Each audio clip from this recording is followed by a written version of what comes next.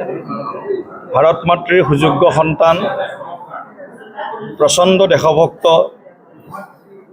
Doctor Syama Prasad মুখাৰ্জীদেৱৰ 125 সংখ্যক তেখেতৰ জন্ম জয়ন্তী আমি আজি ৰাজ্যিক কাৰ্যালয়ত শ্ৰদ্ধা অৰ্পণ কৰি আমি এই স্মৃতি চাৰণ কৰিলোঁ।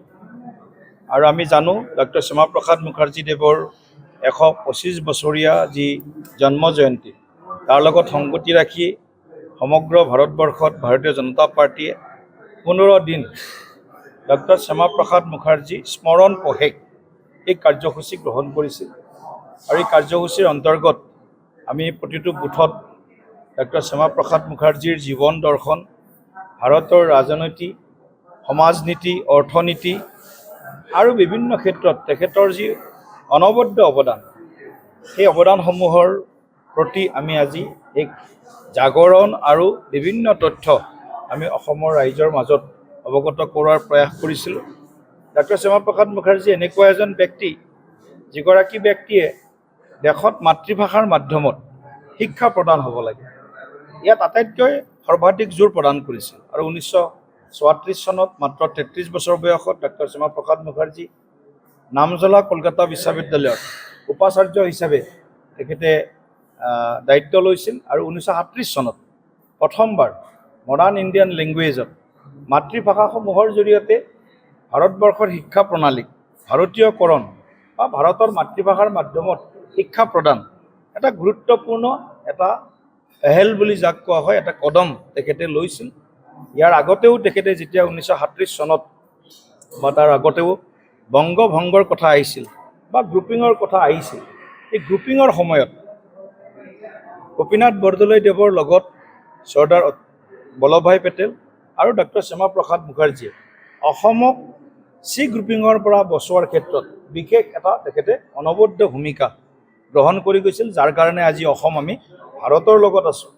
গতিকে এনেধৰণৰ এজন দেশৰ প্ৰতি প্ৰচণ্ড এটা দেশাত্মবোধ থকা আৰু দেশৰ সৰ্বাংগীন কল্যাণৰ বাবে আমি সকলোৱে জানো তেখেত নেহেৰু কেবিনেটত যি চৰকাৰ কেয়াৰটেকাৰ চৰকাৰ হৈছিল তাত ইণ্ডাষ্ট্ৰিজ মিনিষ্টাৰ হিচাপে তেখেতে দায়িত্ব লৈছিল।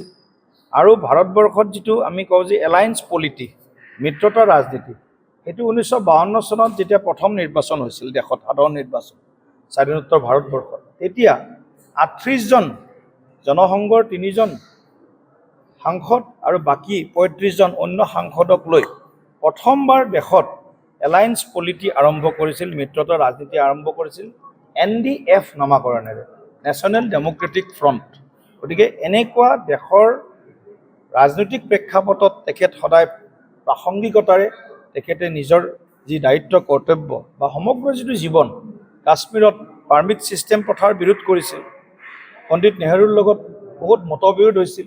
1950 চনৰ নেহেৰু লিয়াকত চুক্তি, যি চুক্তিয়ে ভাৰতৰ স্বাৰ্থ বিঘ্নিত কৰিছিল, তেনেকুৱা বিষয়সমূহত পণ্ডিত নেহেৰুক বিভিন্ন ধৰণে কৰ্কট্থানাও কৰিছিল আৰু তাৰ বিৰোধিতাও কৰিছিল।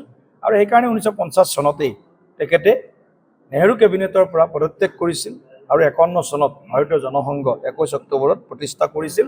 আৰু দেশৰ একতা, অখণ্ডতা, সাৰ্বভৌমত্বৰ কাৰণে ডক্টৰ শ্যামাপ্ৰসাদ মুখাৰ্জীয়ে প্ৰাণ বলিদান দিব লগা হৈছিল।